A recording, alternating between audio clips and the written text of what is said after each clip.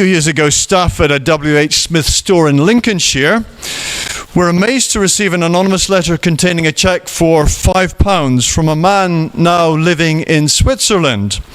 The man confessed to having stolen a handful of pencils, rubbers, and a ruler in 1971 when he was just 8. His letter of apology was signed, "Yours, honestly, the little robber."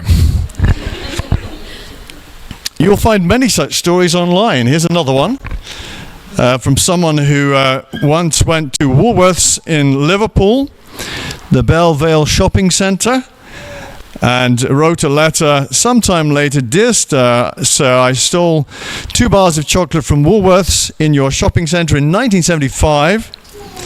When I was a little boy, I apologise, I didn't know any better. Here's the money I owe you for them." And there's the money. Here's another one. This one is from the US, I think, a store called Books and Books.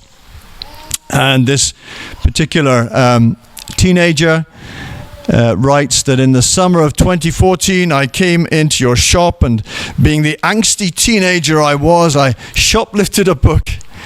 I immediately regretted it and had every intention of making things right, but as we all know, life works in interesting ways. I ended up moving to Mexico and haven't been able to return it till now. Seeing as I have finally returned, it's about time that I clean up this mess that angsty, irresponsible 15-year-old me made and relieve myself of my guilty conscience.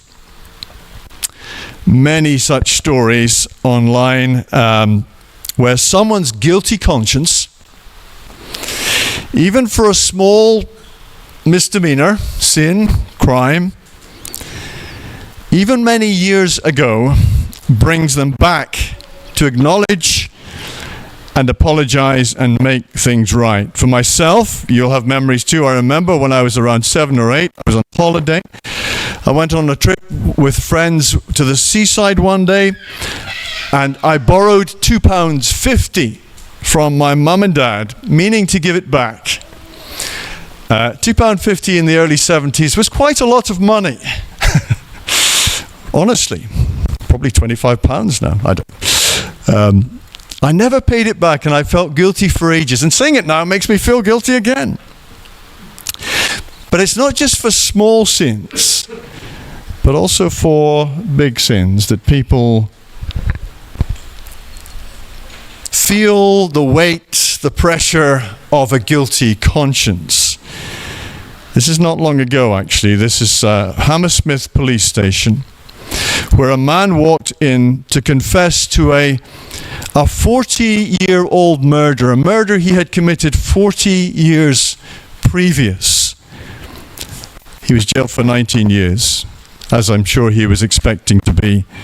He could no longer live with himself, with his guilty conscience.